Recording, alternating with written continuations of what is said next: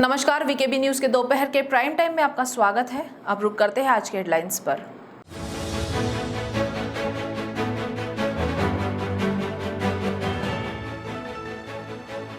नागपुर में प्रतिबंध के संकेत के बाद बढ़ी व्यापारियों में बेचैनी।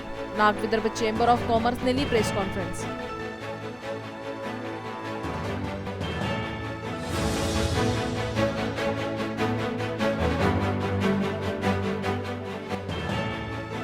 आगामी 5 राज्यों के विधानसभा चुनाव के लिए भाजपा की रणनीति शुरू।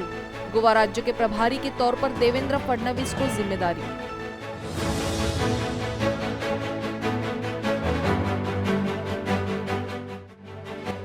और कोरोना के बढ़ते खतरे के बीच अब सावधानियों की आवश्यकता। दत्ता मेघे कॉलेज के 11 छात्र पॉजिटिव, 100 छात्रों को किया गया क्वारंटाइन।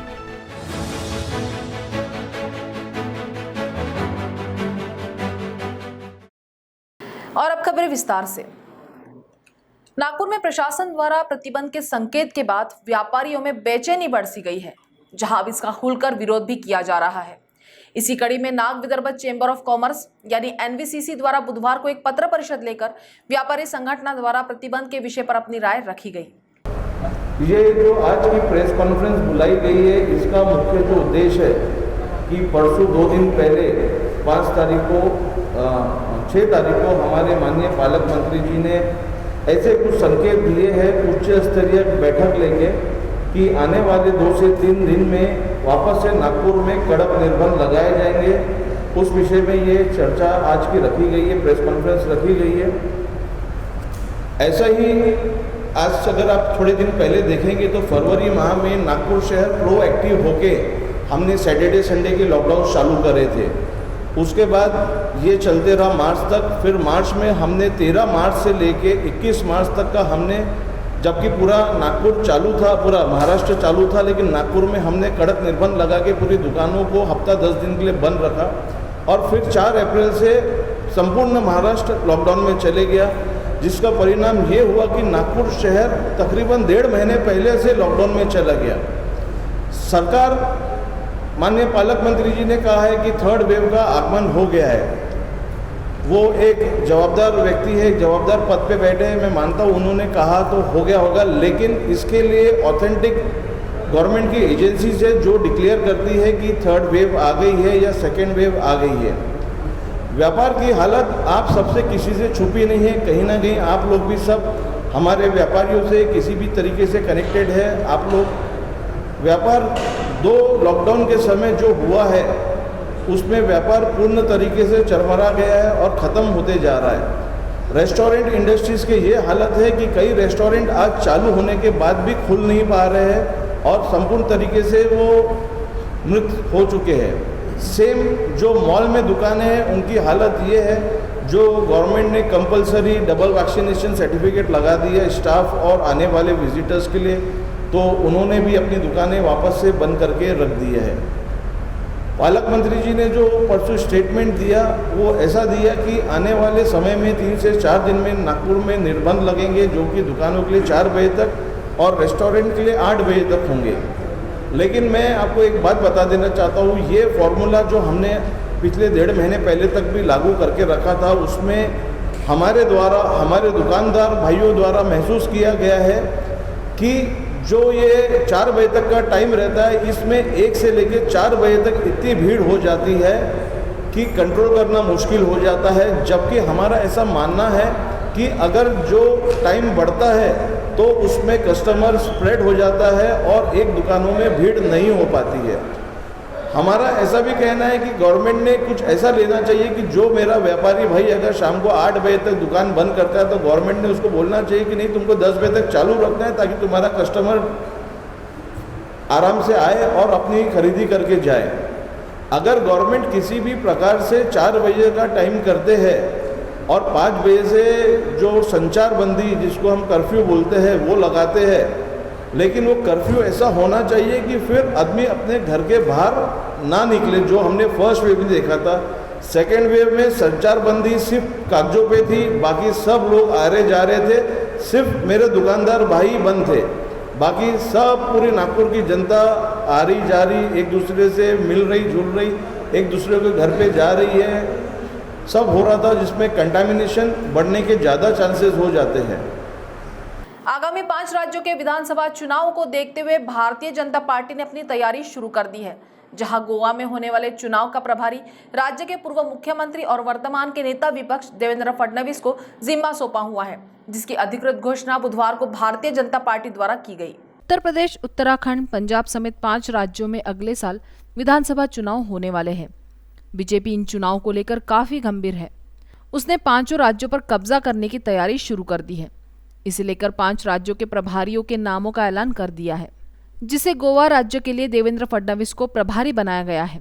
ज्ञात हो कि गत वर्ष बिहार विधानसभा चुनाव में भी देवेंद्र फडणवीस को प्रभारी नियुक्त किया गया था, जहां की सफलता को देखते हुए उन्हें फिर अब भाजपा ने गोवा राज्य की बड़ी जिम्मेदारी दी है, जिसकी घोषणा भारतीय जनता पार्टी द्वारा बुधवार को की गई। भारतीय जनता पार्टी के राष्ट्रीय अध्यक्ष आदरणीय जगत प्रकाश नड्डा जी ने गोवा चुनाव के प्रभारी के रूप में मुझे जिम्मेवारी दी। मैं उनका बहुत बहुत आभार व्यक्त करता हूं। हमारे देश के प्रधानमंत्री आदरणीय मोदी जी के नेतृत्व में फिर एक बार गोवा में भारतीय जनता पार्टी की सरकार हम चुनकर लाएंगे। गोवा के हमारे मुख्यमंत्री प्रमोद सावंत जी ने और उनके पूरे मंत्रिमंडल ने बहुत अच्छा कार्य पिछले 5 वर्षों में किया है और उस कार्य के आधार पर ही हम वापस चुनकर आएंगे। ये बात जरूर है कि गोवा के पूर्व मुख्यमंत्री और पूर्व रक्षा मंत्री आदरणीय मनोहर भाई पर्रिकर, इनकी कमी हमें खलेगी, लेकिन जो रास्ता उन्होंने दिखाया है और जिस प्रकार का संगठन उन्होंने तैयार किया है, उसके आधार पर हम लोग निश्चित रूप से वहाँ पर चुनकर आएंगे। महाराष्ट्र भारतीय जनता पार्टी हमेशा ही गोवा के साथ खड़ी हुई है और हम लोग चुनाव में जाते रहे। मैं पिछले 4 चुनाव में वहाँ रह चुका हूँ, तो वहाँ की राजनीति की थोड़ी जानकारी मेरे पास भी है और मेरा विश्वास है हमारे जो राष्ट्रीय नेता है, चाहे फिर वो हमारे गृह मंत्री अमित भाई शाह हो, हमारे रक्षा मंत्री राजनाथ सिंह जी हो या हमारे आदरणीय नितिन जी गडकरी हो, इन सभी की सहायता लेकर निश्चित रूप से गोवा में भारतीय जनता पार्टी की सरकार हम पुनर्स्थापित करने का प्रयास करेंगे। विकास का कार्य हमने किया है, मोदी जी का नेतृत्व है, हमारे मुख्यमंत्री जी ने अच्छा काम किया है, उसके भरोसे हम लोग आगे जाएंगे। बाकी तो आज पहला दिन है, आज ही आप सब पूछ लेंगे तो मैं बाद में आपसे क्या बात करूंगा। मानाडोंगरी स्थित दत्ता मेघे मेडिकल कॉलेज के MBBS प्रथम वर्ष की 10 छात्रा व एक छात्र के पॉजिटिव होने से हड़कंप मच गया। हालांकि किसी भी विद्यार्थी में लक्षण नहीं पाए गए हैं। जिन 2 छात्राओं को बुखार आया था, अब वे ठीक हो चुकी है। इसके बावजूद कॉलेज प्रशासन ने सतर्कता के तौर पर सभी विद्यार्थियों को क्वारंटाइन कर दिया है। वहीं सप्ताह भर के भीतर मिलने वाले पेरेंट्स को भी जांच कराने की सलाह दी गई है। दत्ता मेघे मेडिकल कॉलेज में MBBS प्रथम वर्ष में 150 विद्यार्थी हैं।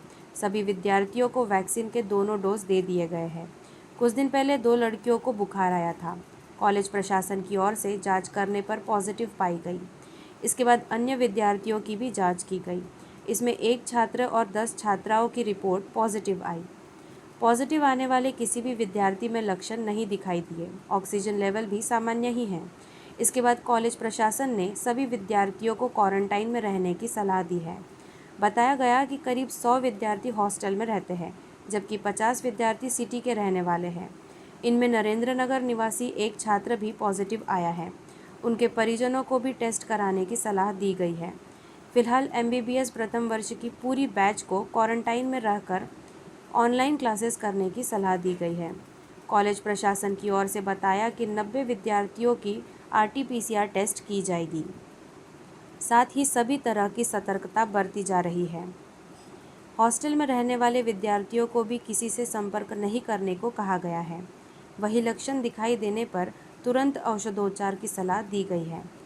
कॉलेज के डीन डॉक्टर गोडे ने बताया कि सभी विद्यार्थियों को वैक्सीन के दोनों डोज दे दिए गए हैं।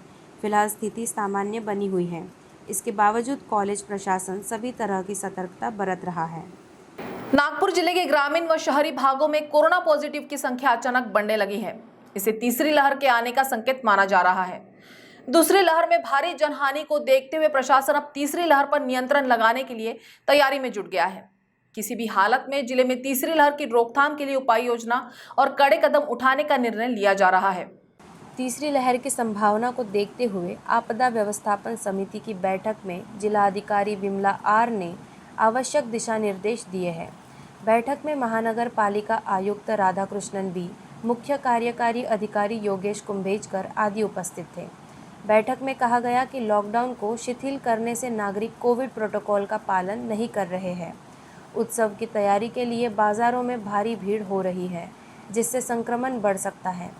बैठक में महानगर पालिका आयुक्त ने कहा कि गणेशोत्सव को सादगी से मनाने के संदर्भ में सरकार के निर्देश पर गाइडलाइन जारी कर दी गई है। लॉकडाउन को कड़ा करने से पहले सभी संबंधित वर्गों से चर्चा की जाएगी।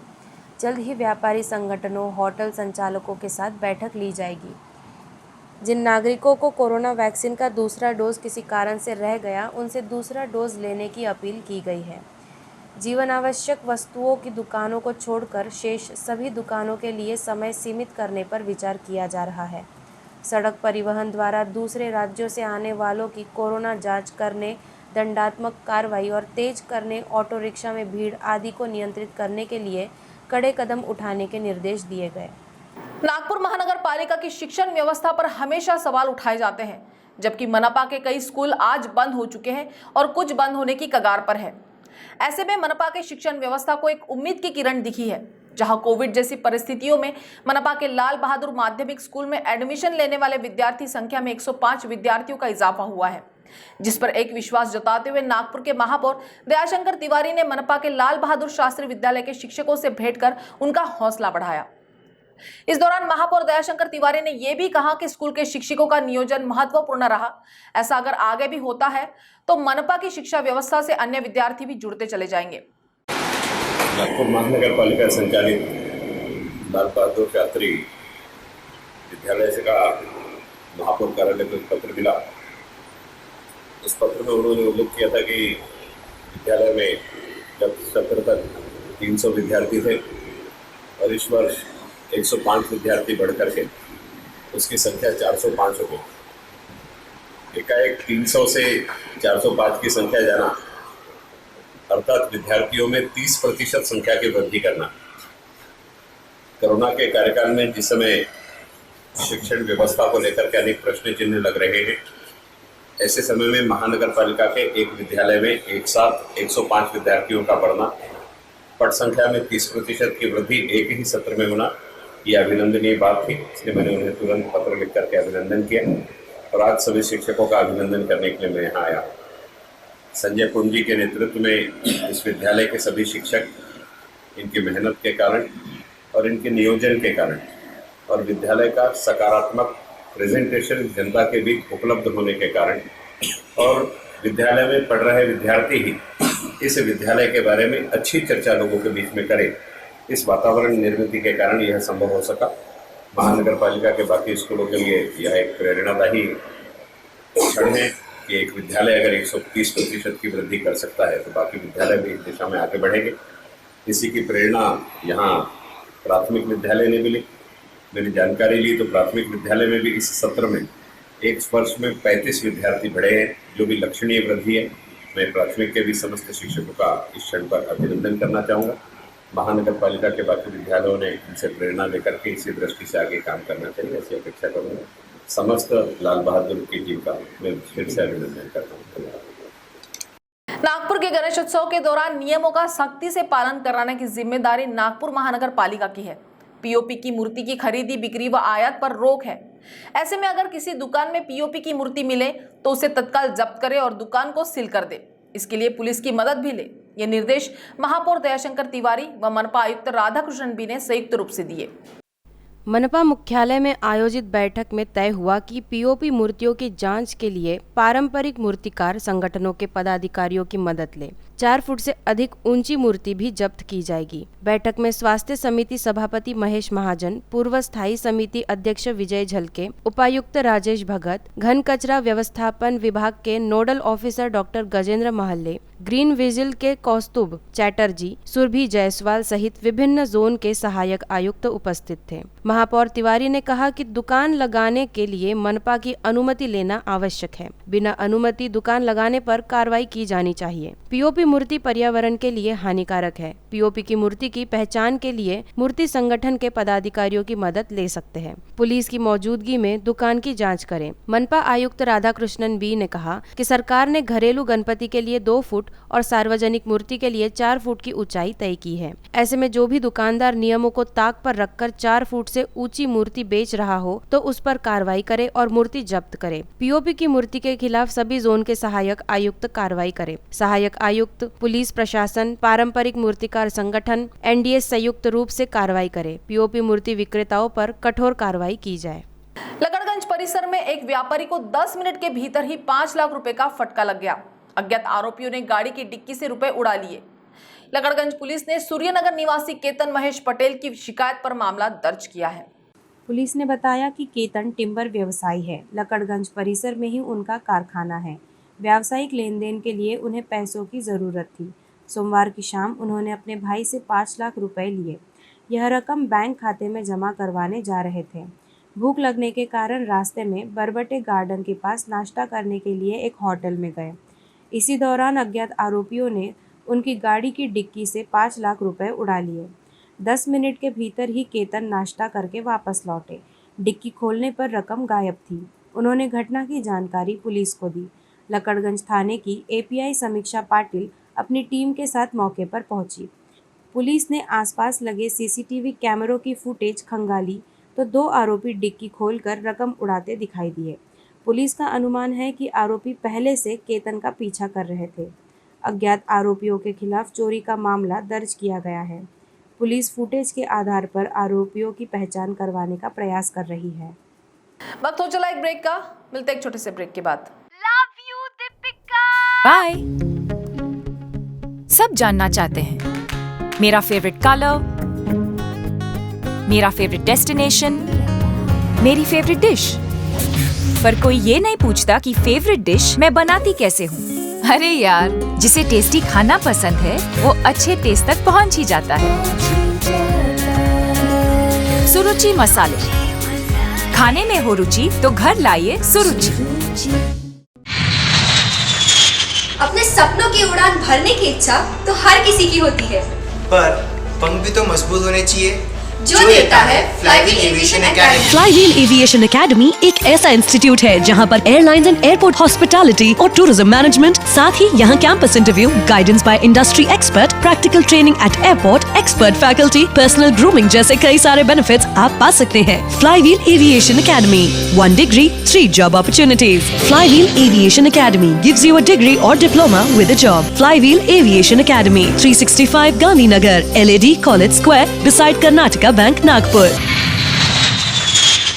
ब्रेक के बाद आपका स्वागत है। अजनी थाना क्षेत्र में रहने वाली 24 वर्षीय युवती को उत्तर प्रदेश के युवक ने ब्लैकमेल किया।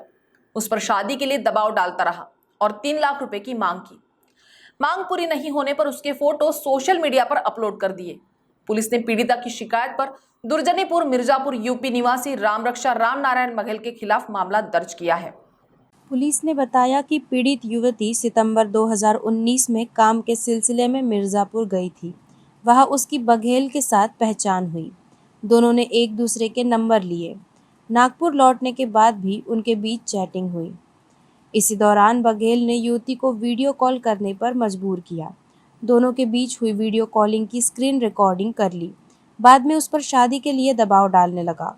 युवती ने उससे शादी करने से साफ इनकार कर दिया।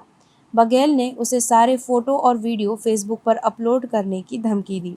पीड़िता ने उसे नज़रअंदाज किया तो वीडियो और फोटो अपलोड कर दिए। इसके बाद भी उसकी परेशानी कम नहीं हुई। बघेल ने कहा कि शादी नहीं करने की एवज में 3 लाख रुपए देने होंगे, वरना उसे बदनाम कर देगा। पीड़िता ने तंग आकर मामले की शिकायत पुलिस से की। पुलिस ने छेड़खानी और आईटी एक्ट सहित विविध धाराओं के तहत मामला दर्ज कर जांच आरंभ की है। बिजली के मीटरों में छेड़छाड़ कर बिजली चोरी करने वाले 1376 लोगों पर महावितरण ने मामला दर्ज किया। इन लोगों से दंड सहित 2.5 करोड़ रुपयों की वसूली की गई। महावितरण के नागपुर परिमंडल में 1 वर्ष में ये कार्रवाई की गई। साथ ही चेतावनी दी गई कि मीटर से छेड़छाड़ करने वालों पर कड़ी निगरानी रखी जा रही है। ऐसे लोगों पर दंडात्मक कार्रवाई की जा रही है और 3 वर्ष की सजा का भी प्रावधान है। महावितरण की ओर से बताया गया कि अब तक जो मामले पकड़े गए हैं उनमें मीटर को रिमोट से कंट्रोल कर यूनिट कम करना, मैग्नेट या चिप लगाकर मीटर की गति को कम करना और मीटर के पीछे से डायरेक्ट तार जोड़कर बिजली चोरी करने के मामले शामिल है। ऐसे मामलों में औद्योगिक ग्राहकों पर 10,000 रुपये, कमर्शियल पर 5,000, कृषि ग्राहक पर 1,000 और अन्य ग्राहकों पर 2,000 रुपयों का दंड वसूला जाता है। चोरी सिद्ध होने पर 3 वर्ष की सज़ा का भी प्रावधान है। नागपुर परिमंडल के मुख्य अभियंता दिलीप दोड़के ने ग्राहकों से अपील की है कि वे किसी भी तरह की कानूनी व कड़ी दंडात्मक कार्रवाई से बचने के लिए मीटर से छेड़छाड़ कर बिजली चोरी करने का प्रयास न करें। नियमित रूप से अपने बिजली बिल का भुगतान करें। कंपनी से सहयोग करने की अपील उन्होंने की है। बीते 3 वर्ष में नागपुर परिमंडल में मीटर से छेड़छाड़ कर बिजली चोरी करने वाले 4,270 ग्राहकों के खिलाफ कार्रवाई की जा चुकी है। जिले के पालक मंत्री डॉक्टर नितिन राउत ने कोरोना मरीजों की बढ़ती संख्या के मद्देनजर एक बार फिर पाबंदियों के संकेत दिए हैं। इससे एकाएक बाजार का मूड निराशा में बदल गया।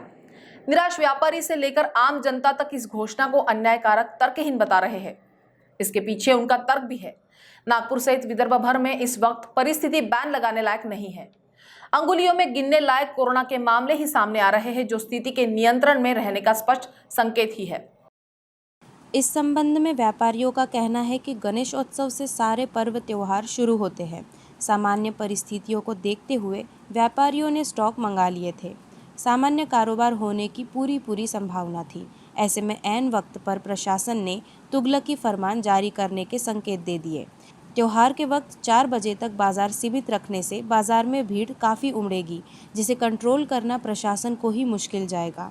इतना ही नहीं, प्रशासन को जिस बात का डर सता रहा है वह सीमित समय के कारण और प्रबल हो जाएगा। बाजार ज़्यादा समय तक खुला रखने से भीड़ छटती है और कारोबार भी सुगमता के साथ चलता है। व्यापारिक संगठनों के प्रमुखों का कहना है कि नागपुर और विदर्भ में आरंभ से देखा जा रहा है कि निर्णय लेते समय संबंधित घटकों से कोई बात नहीं की जाती, उन्हें एक सिरे से खारिज कर दिया जाता है, जबकि व्यापारी और व्यापारिक संगठन हर वक्त प्रशासन को सहयोग करने को भी तैयार रहते हैं। व्यापारियों को विश्वास में लेकर कोई कदम उठाया जाता तो बेहतर होता। यहाँ पर नेता और प्रशासनिक अधिकारी एक तरफा निर्णय थोपने पर उतारू नजर आ रहे हैं। अपनी स्थापना के 100 वर्ष के करीब पहुंच रहे राष्ट्रसंत तुकोड़जी महाराज नागपुर विद्यापीठ को राष्ट्रीय मूल्यांकन व मानांकन परिषद नैक ने ए ग्रेड प्रदान किया है। पिछली दफा भी विद्यापीठ को ए ग्रेड ही मिला था। नैक के इस ग्रेडेशन पर उपकुलपति प्राध्यापक सुभाष चौधरी ने समाधान व्यक्त करते हुए इसे सामूहिक सफलता करार दिया है। नैक द्वारा विद्यापीठ के मूल्यांकन की समय अवधि 2019 में ही खत्म हो गई थी, लेकिन कोरोना के लॉकडाउन की वजह से प्रक्रिया पर रोक लग गई। पिछले सप्ताह नैक की टीम ने विद्यापीठ का मूल्यांकन किया। विद्यापीठ ने पहले से ही नियोजन कर लिया था। नैक की टीम ने पहले दिन विविध 12 विभागों की जानकारी हासिल की। वहीं दूसरे दिन 15 विभागों का प्रेजेंटेशन किया गया। इसके बाद कुल सचिव, संचालक परीक्षा व मूल्यमापन मंडल, वित्त व लेखा अधिकारी, IQAC सेल ने प्रेजेंटेशन दिया। विद्यार्थी, पालक, अनुसंधानकर्ता, प्राध्यापक, शिक्षकेतर कर्मचारी, अधिकारी और कर्मचारियों से संवाद किया गया। पत्रकारों से चर्चा में उपकुलपति सुभाष चौधरी ने बताया कि निरीक्षण में अध्ययन व अध्यापन प्रणाली और आनी संस्थापक मूल्य जैसे उपक्रम में विद्यापीठ ने बाजी मारी। विश्वविद्यालय ने स्वयं मूल्य निर्धारण रिपोर्ट से लेकर नैक टीम की प्रत्यक्ष भेंट का विशेष नियोजन किया था। इसके लिए विश्वविद्यालय के IQAC सेल और सभी घटकों ने अथक प्रयास किए। सभी के परिश्रम से ही यह संभव हो सका। विश्वविद्यालय को उच्च व अंतर्राष्ट्रीय दर्जे का शिक्षा व अनुसंधान सुविधा उपलब्ध कराने वाली संस्था बनाने का लक्ष्य है। नागपुर में अपली बस का संचालन कोविड की पहली लहर में 219 दिन तक ठप रहा। इस दौरान करार के अनुरूप तीनों बस ऑपरेटरों ने 45% मुआवजे की मांग की, लेकिन परिवहन विभाग ने मुआवजे के प्रस्ताव को नकारते हुए करार की अवधि में 219 दिन बढ़ाने पर राजी हो गई है।